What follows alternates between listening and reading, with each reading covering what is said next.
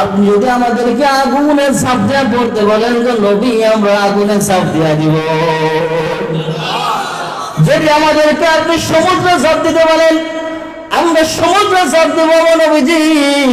মূসা আলাইহিস সালামের কওমের মতো আমরা বলবো না ওগো মূসা আপনি আর আপনার আল্লাহ যায় যুদ্ধ করেন, আমরা যুদ্ধ করতে পারবো না, এই কথা আমরা বলবো না। আল্লাহ নবীর চেহারার মধ্যে হাসি চলে আসলো। দুনিয়ার মানুষ উন্নত বিশ্বের দিকে তখন তোমরা তাকায় দেখো, উন্নত বিশ্ব আমাদেরকে শিখায় তোমরা প্রথমে জীবন ব্যবস্থা কেমনে শিখবা এটা শিখো প্লেটোর কাছে, তোমরা শেখো অ্যারিস্টটলের কাছে। আবার বিশাল একটা গ্যাপ দিয়ে তারা চলে আসে, তারা বলে তোমরা শেখো কার্ল মার্কসের কাছে আর লেনিনের কাছে। Plato Aristotle Karl Marx Lenin দুইজনের মাঝে 1000 বছরের ডিফারেন্স, শত শত বছরের ডিফারেন্স। কখনো আমরা প্রশ্ন করি না আচ্ছা ভাই এই মাঝের সময়টা কি জিন ইনসান সব মারা গেছে নাকি? কারণ ওরা জানে মাঝের সময়টা হলো মুহাম্মদুর রাসূলুল্লাহর জিন্দেগি। যেই নবীর এক কথায় মানুষ গলা কাটায় দিছে, কিন্তু নবীর গায়ে একটা ফুলের আঁচল লাগতে দেয় নাই। মুহতারাম হাজিরিন, নবী সাল্লাল্লাহু আলাইহি ওয়াসাল্লাম চলে গেলেন বদরের ময়দানে। যাওয়ার পথে বাহন সংকট হয়ে গেল। কি বলেন তো, কাফেরদের হাজার হাজার উট প্রতিদিন 8টা-10টা করে জবাই হচ্ছে, খাওয়া হচ্ছে, ফুর্তি মেয়ে নিয়ে আনন্দ করতে আসতেছে। নবীজি আর সাহাবীরা মাত্র 8 খান তরোয়াল নিয়ে যাইতেছেন। বাহন সংকট, 3 জন করে একটা উট ভাগে পাইছেন, যারা ভাগে পায় নাই তারা পায়ে হেঁটে আসতেছে। আল্লাহ নবী বিশ্ব নবী রাহমাতুল লিল আলামিন তিনি এবং হযরত আলী এবং হযরত আবু লুবাবা 3 জনের ভাগে একটা উট পড়ছে। কয়টা? একটা উট পড়ছে। 2 জন উটের পিঠে উঠে বসে, একজন রশি ধরে টেনে নিয়ে যায়। 2 জন উঠে একজন রশি ধরে টেনে নিয়ে যায়। একবার হযরত আলী টানছেন, একবার হযরত আবু লুবাবা টানছেন। এমন সময় আল্লাহ নবী বিশ্ব নবী রাহমাতুল লিল আলামিনের পালা চলে আসছে।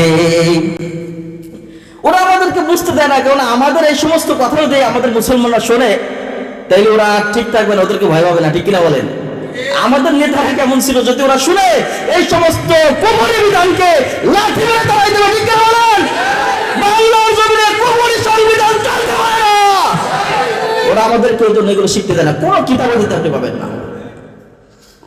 কেন আল্লাহ বলেন আলা লাউল খলক ওয়াল আমর, এ বান্দা মাদক বই করবি না, সৃষ্টি আমি আল্লাহ করছি, জীবন বিধানও আমি আল্লাহ দিব। বউ আপনার চালায় আর একজন এটা হয়, ছেলে মেয়ে আপনার কথা শুনে আর একজন এটা হয়, ছাত্র আপনার কথা শুনে আর একজন এটা হয়। এইটা যে হয় না, ও দুনিয়ার মানুষ কেন বুঝো না?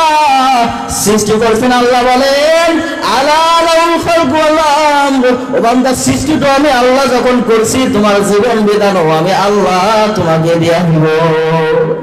ঠিক না বলেন? আচ্ছা শোনেন, আল্লাহ নবী বিশ্ব নবী রাহমাতুল লিল আলামিন উনার বাড়ি যখন চলে আসলো, নবীজি উটের রশি ধরে ফেললেন। হযরত আলী রাদিয়াল্লাহু তাআলা চোখের পানি ঝেড়ে দিয়ে বলতেছেন, ওগো নবীজি আমরা আপনাকে আমার জীবনের চাইতে বেশি ভালোবাসি। নবীজি আমরা 2 জন সাহাবী আছি, যদি আপনি উটের রশি ধরে টেনে নিয়ে যান আমরা কেমনে উটের উপরে বসে থাকি? নবীজি আমরা উটের উপরে বসে থাকতে পারবো না। ওগো নবীজি আপনি উটের উপরে বসেন, আমরা আপনাকে টেনে নিয়ে যাইতেছি। আল্লাহ নবী কি জবাব দিয়েছেন? নবীজি বলেন নাই তোমরা এত বেয়াদব করো, আমি উটের রশি ধরার পরে তোমরা বললা কেন?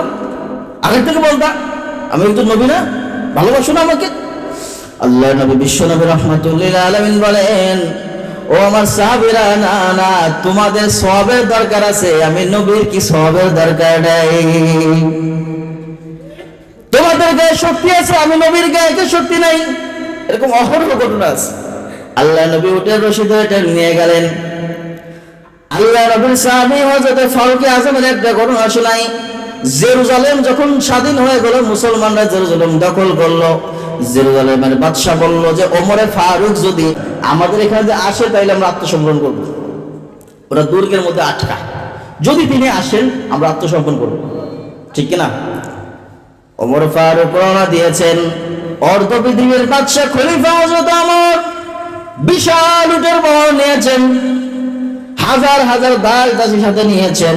স্বর্ণ মুদ্রা ছড়াইতে ছড়াইতে যাইতেছেন, তাই নাকি? না না না, খলিফাতুল মুসলিমিন অর্ধ পৃথিবীর বাদশাহ ওমরের জীবন যাপন, হযরত ওমর একটা উট নিছেন, একজন গোলাম নিছেন, অর্ধ পৃথিবীর বাদশাহ হযরত ওমর একটা গোলাম নিয়ে রওনা দিয়ে দিয়েছেন। আর তোমাদের জীবন ব্যবস্থার নেতারা যখন রাস্তা দিয়ে যায়, রাস্তা 3-4 ঘন্টা বন্ধ থাকে, অ্যাম্বুলেন্সে রোগী মারা যায় কিন্তু রাস্তা ছাড়া হয় না, ঠিক না বলো? এইটা হচ্ছে আমাদের জীবন ব্যবস্থা, ইসলাম জীবন ব্যবস্থা। হযরত ওমর গেলেন, এখন কি উচিত ছিল কি গোলাম কি করবে? টেনে নিয়ে যাবে, উনি বসে থাকবেন, এটাই তো স্বাভাবিক। হযরত ওমর বললেন, গোলাম তোমাকে দিয়ে শুধু আমি টানাবো না, কিছু দূর তুমি টানবা আর কিছু দূর আমি টানবো। এইভাবে পালাক্রমে যখন টানতে টানতে যাইতেছেন, হযরত ওমর ফারুক রাদিয়াল্লাহু তাআলা আনহু যখন জেরুজালেমের কাছে চলে গেছেন, এই সময় হযরত ওমরের পালা পড়ছে। মানুষজন তাকায় আছে, দুই দেশ সারিবদ্ধ দাঁড়ায় আছে, অর্ধ পৃথিবীর বাদশা আসতেছে, কত শান শওকতের সাথে আসবে। দেখে না, একজন উটের পিঠে বসা, একজন উটের রশি ধরে আনতেছে, মনে করছে যে ওই লোকটাই বুঝি খলিফা হবে। এমন সময় গোলাম লজ্জা হয়ে বলতেছে, না আমি খলিফা না, আমাদের খলিফা হলো এই যে উটের রশি ধরা হযরত ওমর। সুবহানাল্লাহ।